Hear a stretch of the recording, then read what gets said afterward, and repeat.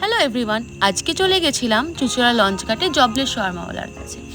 চুচুড়াতে এই দোকানটি প্রথম যারা শর্মাকে নিয়ে এসছে। শর্মার পাশাপাশি তোমরা এখানে পেয়ে যাবে বার্গার আর পাওভাজির মতন অপশানসও।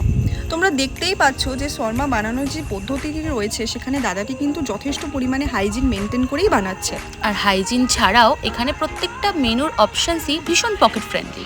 ইভেন 70 টাকা থেকে শুরু হচ্ছে এখানে শর্মা বার্গারও। তো যারা যারা ভাবছো সন্ধেবেলা বেরিয়ে হেলদি প্লাস তার সাথে টেস্টি কিছু খাবার ট্রাই করবে, তারা কিন্তু জিভে জল আনার মতো এই খাবারটি অতি অবশ্যই টেস্ট করে দেখতে পারো।